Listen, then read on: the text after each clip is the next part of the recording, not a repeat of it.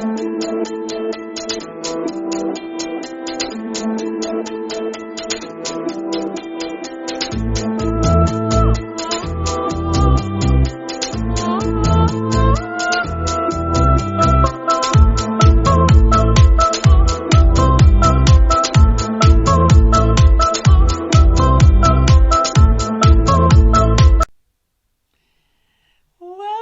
a very special birth episode of the Powerplay podcast, and it's the 5th of our very special shows that are going to be recapping the Takeover Tour for 2025.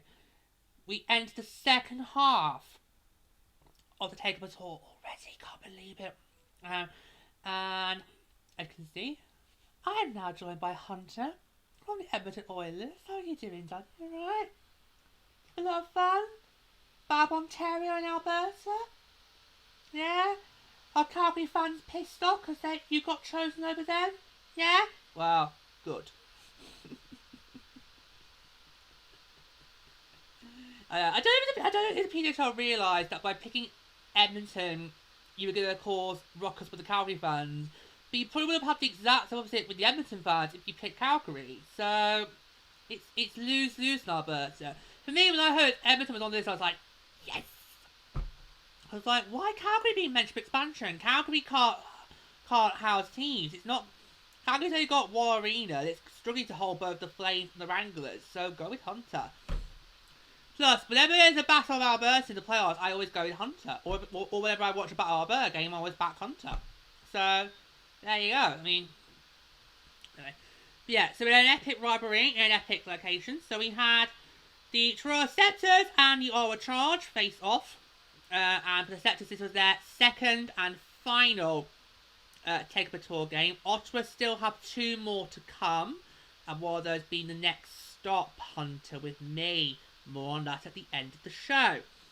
But we are here today to talk about the game in Edmonton that took place on the 16th of February 2025.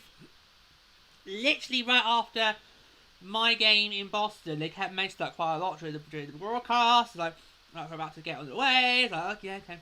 It's gonna be the same. It's gonna be the same like that. Next. Did I say Ottawa was the next one? Sorry, it's the one after. Sorry, because obviously you've got Buffalo, which is also gonna be happening while I'm gonna be playing a game. So imagine after. Ozzy Hunter, it's manic. Easy to put. Right there. So yeah, so 6th February 2025. This game took place in Edmonton. Sceptres Charge, and a thrilling overtime victory for the Toronto Sceptres in front of a sold-out crowd. Edmonton did really well in terms of ticket pricings and selling. It was only a matter of hours after the tickets got on sale that Edmonton sold out. So that gives me very good vibes going forward if we're trying to think about when the time comes to expand to the Pacific Coast. Who could you do? I know, like I said with Finn, as much as I'd love to see you get a team, I don't think in this first round of expansion we're going to see Pacific Coast teams. I think it's too soon for the PHL. The second round, maybe. So when the time comes to go out to the Pacific Coast, I think you've got Edmonton, Vancouver lined up there, ready to go. Edmonton did really well to get all their tickets sorted out. Although, unfortunately, Hunter, that does though put you 3rd on the leaderboard. I know. I was hoping you were going to beat Quebec and knock them down to 3rd, but no. I know. You, unfortunately, are currently 3rd on the leaderboard. We'll have to see how that stacks up with the remaining games on the tour. So we're going to do what we've done on these special shows. We'll recap the game, and then we'll go through the quotes and notables, and then I'll finish off with some final thoughts about you as a whole as a PWHL host city. Is that okay? So let's get started. So, Darwat scored her 2nd goal of the game to give the Toronto Sceptres a 3-2 overtime victory over the Ottawa Charge in front of a sold-out crowd of 17,518 at Sunday's PWHL Takeover Tour game at Rogers Place in Edmonton. So with the victory, the Sceptres extended their winning streak to 4 games, propelling the team into a tie for 2nd place in the PWHL standings with Minnesota.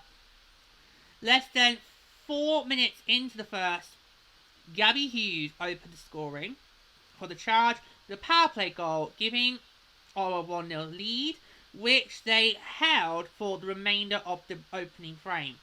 In the final 4 minutes of the second period, Toronto recorded 2 consecutive power play goals from Watts and Julia Gosling, respectively, giving the Sceptres their first lead of the game.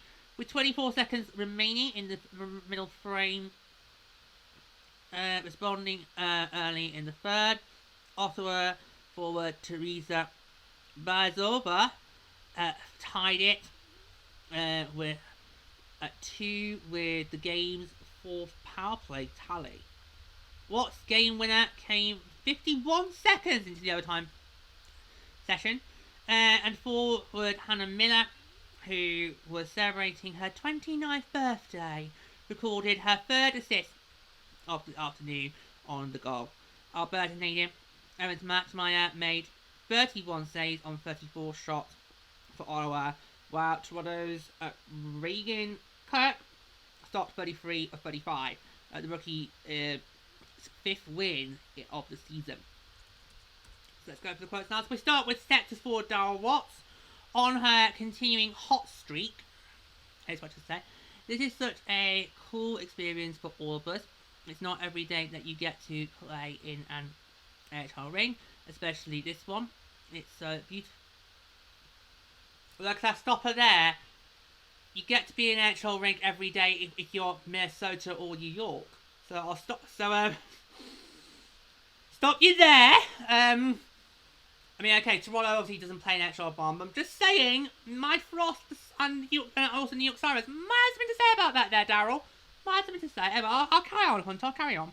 I know I entered the mid-quote, but I'm just saying, it is for us in Minnesota. Where was I up to now, Hunter? Oh, thank you, my darling. Especially this one. It's so beautiful, and the crowd was electric.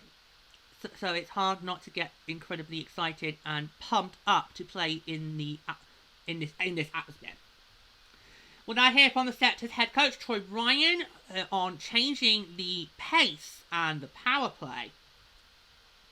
Our power play, the last number of games, probably the last 7 or 8, has been really hot.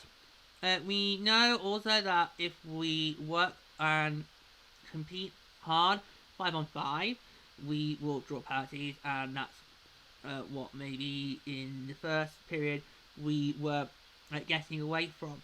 Maybe not drawing the types of penalties we wanted. We knew that we played the right way. We'd overextend some people to have to take penalties against us. Right now, the power play is competent, finding ways to contribute, and they've done a great job of that. Yeah, I'd say the Sceptres actually right now, they're on a bit of a power play goals. I think they're at 8 right now. So Toronto right now, the power play are really deadly right now. So so basically, don't draw penalties against Toronto right now for the rest of the season because they'll get you for it. It's like with Burnley in the NHL in Colorado. Colorado is a very good NHL team on the power play. So always when I see the Sharks play on that, so like don't give them penalties. That's what I'm going to film with Toronto for the remaining Frost games. Okay, well now on to Ottawa. So let's get some quotes from their players and stuff. So first, we're going to hear from Charge netminder Evans Maxmeyer on being back home and playing in the Oilers ring. So this is what you had to say, Hunter. It's unbelievable waking up this morning and realising that we were going to be playing here. It really felt like a home game for Danielle Schroeder, Stephanie Markowski and me. We played in front of our friends and family, some coaches and people we went to school with. I can never imagine myself playing a pro game here in Edmonton. That was special. And now we're here from Ottawa defender Stephanie Markowski on playing in front of a group of 50 family members and hearing We Want a Team chants. Oh, did you do those chants, Hunter? Did you do them? Yeah, because we had them when my Frost were in Denver back in January. We had that. So yeah. So okay. Right. So that's two markets now who are determined to want to have a team, and they're both in the West Coast. Interesting. Okay. I'll read the quote now. This is what she had to say. To play here in front of family that hasn't seen me play live in close to 7 years, it was a very special feeling for me. I'm just really proud to be here for the signs and chants. I think it shows that the women's game is growing. Looking up at those girls and boys with those signs, it just shows how far we've gone. Okay, so now I'm on to the notables. Get comfy, Hunter. This could be a while. It always is. So, Della Watts recorded her first multi-goal game of the season and third multi-point effort in her last 6 contests. Powered by a career-high 8 shots on goal, her overtime goal was both her first game winner of the season and the first overtime goal of her PHL career. Watts now has six. I should say. Six. Oh, that's not hard on the tongue, is it, Hunter? 6 and 6 overall in league scoring, with 15 points in just 18 games. Hannah Miller recorded her first career 3-point game, setting a career high assist total with 10 on the season, exceeding her 23-game assist total of 7 during the inaugural season last year. The Sceptres forward now leads the league in scoring with 18 points in 18 games. Gabby Hughes scored her first powerplay goal of the season and tallied a powerplay assist, beginning a 2-game multi-point streak. The Charge forward has recorded 5 points in her last 2 games, bringing her season point total to 7 through 16 games. Julia Gosling scored her second goal of the season, with both tallies being scored against Ottawa on the power play. The other goal was recorded on February the 1st, 2025. Teresa Mazzola's third period tally gives her 4 goals in her last 2 games played. The Ottawa forward is now tied with Miller for second in the PHL in goals with 8. Renata Fast had 2 assists and is now leading all PHL defenders in both points and assists. She's also tied for 4th in league scoring amongst all skaters. Lindsay Ross tallied her 6th assist of the season, beginning a 2-game assist streak and exceeding her 24-game assist total from the inaugural season last year. Jocelyn O'Rourke recorded her 3rd assist with the Charge since being traded by the Sceptres in that on December the 30th, 2024. Biggest blockbuster trade in the PHL so far. Wow, and then the next day they play each other. Whoo! You could have wrote that, Hunter. You could not have wrote it. Her first point against her former club. Tessie Colbert recorded a point for her 2nd straight game, bringing her a season total to 12. Tied for 4th overall amongst Toronto skaters. Emily Clark recorded an assist to extend her point streak to 3 games. Laura Krug made her Sceptres debut, clocking 3:52 on ice. She arrived at Otter's Place wearing the jersey of fellow German hockey star Leon Draisaitl of the Edmonton Oilers. Yeah, a little quick of appreciation for Edmonton's queen. Alright, let's get back to the show, Hunter. Charge head coach and Alberta native Carla McLeod wore an Edmonton Chimos jumper during the game in honour of the Providence Trailblazing women's hockey team. For the first time this season, all goals scored in regulation were power play markers, We are at some point going to have a game in the PHL where every single goal scored was a power play goal. It came very close in my last game before the Rivalry Series when we were hosting Toronto.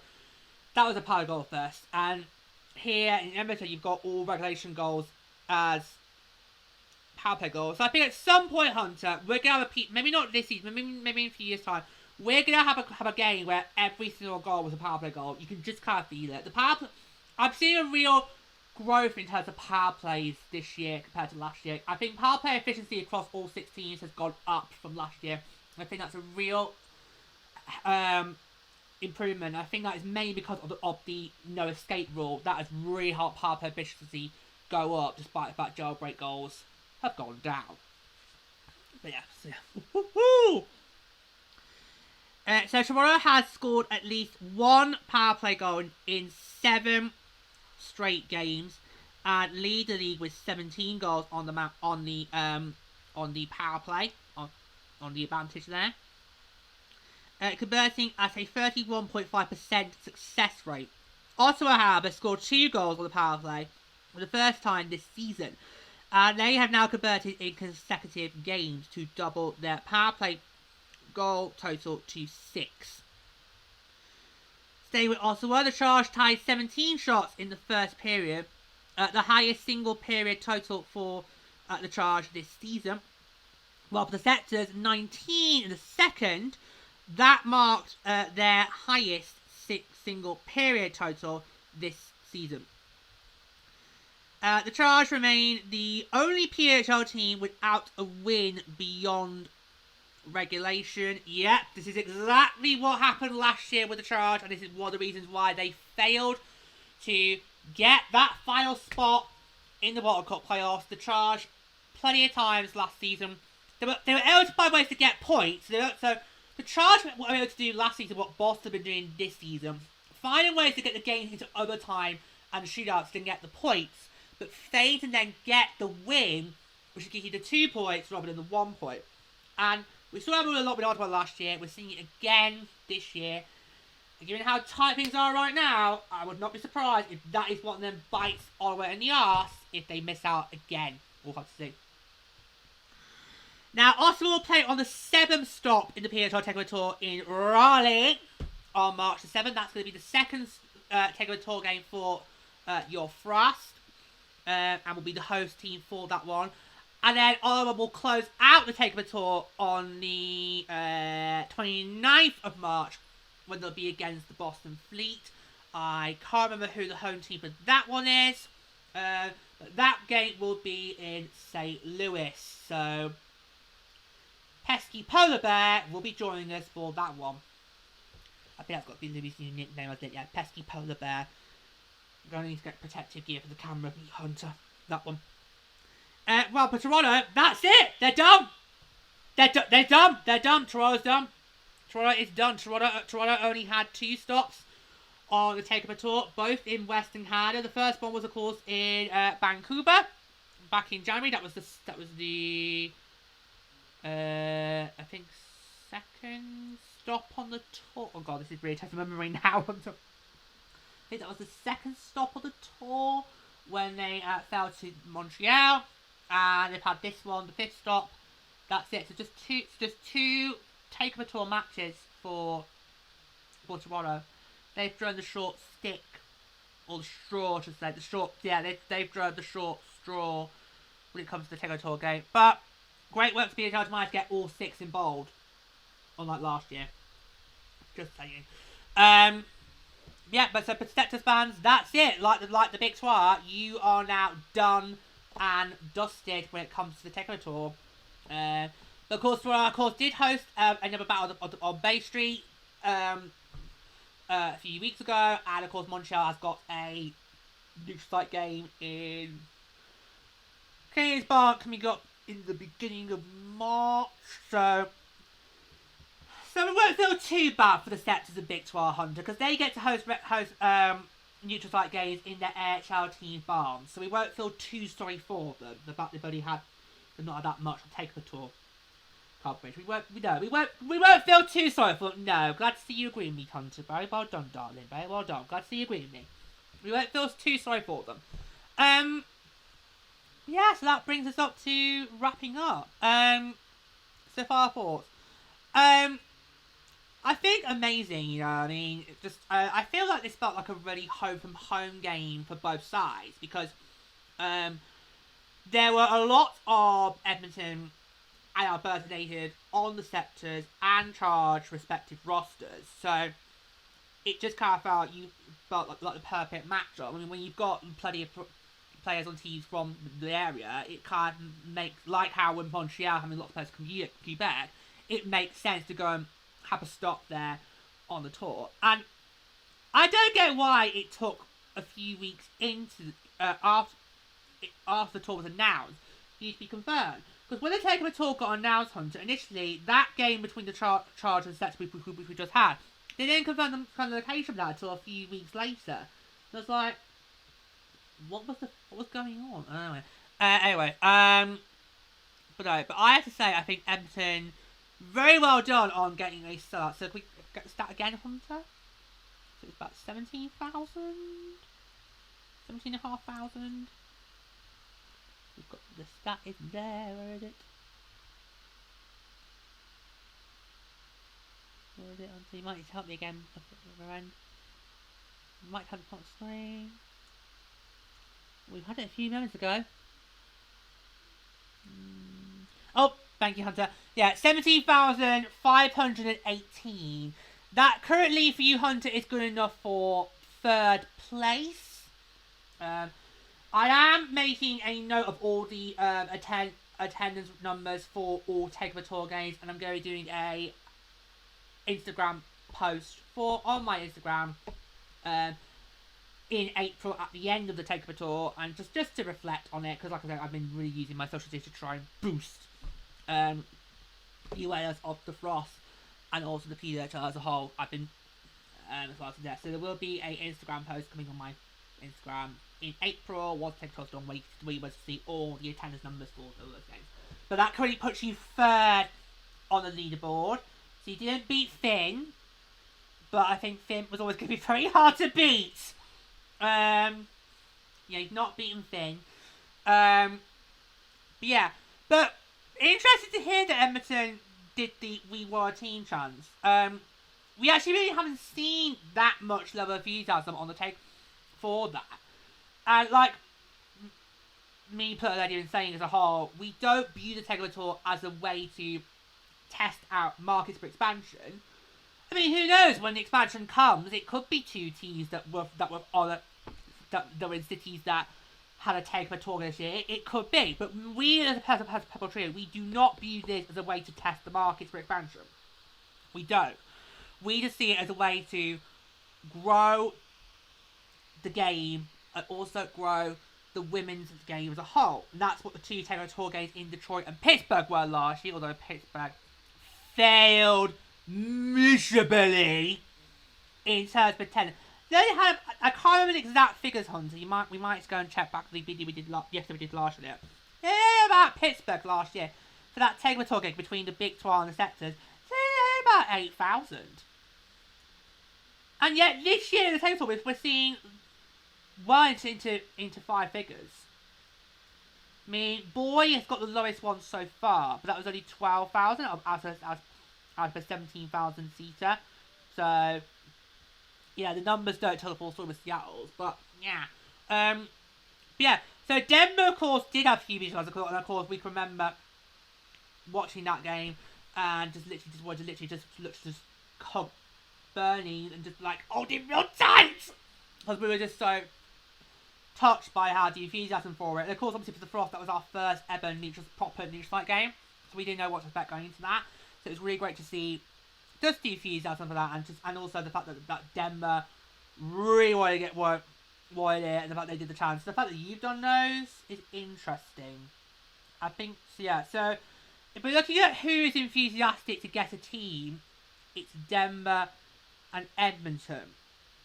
But would that work if they were to be the two teams chosen for expansion? I don't know. Denver, yeah, I could see Denver easily, because it could be, it could easily done. But I I think for you, Hunter, the only way I can see Edmonton right now, and I could get proven wrong, we don't know what's going on with expansion right now, we're still in the dark about that, the league is taking its time on that, and we want to take its time on that, because obviously if you go expand, it's got to be done right. It can't be what the AHL does and just goes, oh, should we put a new team in, Hunter? Should we put a new team in? Oh, where should we go? Well, we could go to Houston. We could go to Kansas. We don't want to go to Kansas. No. We could go to Milwaukee. They've got a great area. Phoenix. Oh yes, we'll have that. Oh, maybe New Orleans. No, you don't fancy New Orleans. No, I don't fancy that either. No. What we're trying to say is the AHL is a dick to expansion. For the PWHL, you've got to make sure it's right. So, I think right now, Hunter, the way I can see Edmonton getting a team is if you were to go, right, Edmonton, Vancouver at the same time. Two West Coast Canadian teams, which will be able to support one another. That's the way I can see it. Or it might be, yeah, you do what the AHL did in 2015, and that is you go for 5 clubs, put them in the Pacific Coast, and then ba-bomb. Yeah. So I think for me, I'm not saying the Pacific Coast can't do it, because look at me. Look at me. Look. I've been a Pacific Coaster for 16 years. There you go. I'm just saying right now, in terms of because we're only in year 2, and you look at maybe year 3, so next year the earliest for expansion, maybe year 4. Right now, you've got to make sure it's in the right places that can work logistically and competitively. You know, once the league's established, so maybe in 5 years, 10 years time, that is when you would start looking at, right, where do we go further out west and bring those in. That's the way I see it. So I think Edmonton would be a really great market. Edmonton right now in the NHL is one of those teams that feel like that should have a Stanley Cup but has not won a Stanley Cup. In this current market, I know you've got Stanley Cups. So I'm just saying in this current era you're in, Hunter, the McDavid Draisaitl era. That's what I try to mend. You know what I mean? Yes, thank God. I bet you some always been thinking, what do you mean? Well, we've won more cups than you. I know. I'm just saying in this current era of McDavid and Draisaitl, it feels like you should have some cups in the bank right now.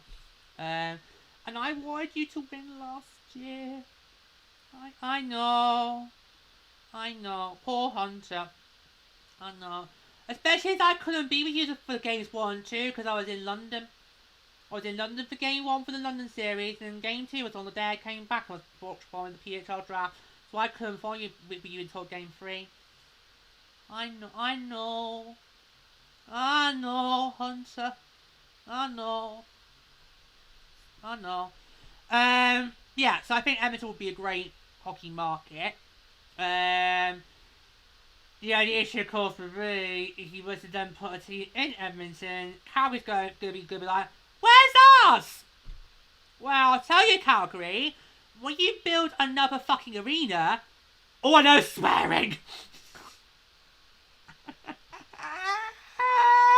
I know. Oh, come on, Hunter.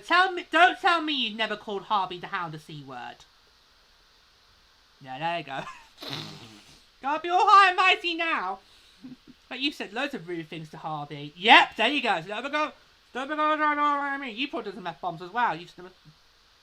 There. But until Calgary built another state-of-the-art arena that could hold hockey, I say no. I mean, the fact you've got the Fraser Wranglers in the same bar is ridiculous. It's ridiculous. Right. If the Wranglers were a competitive team right now, they probably would struggle to get people in the building. Oh, I know! I went there!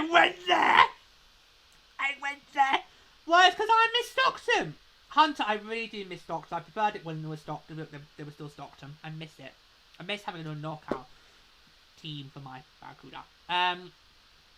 Yeah. So Edmonton, I think, could be one of those areas where I think, yeah, maybe one day we add a team into the PHL.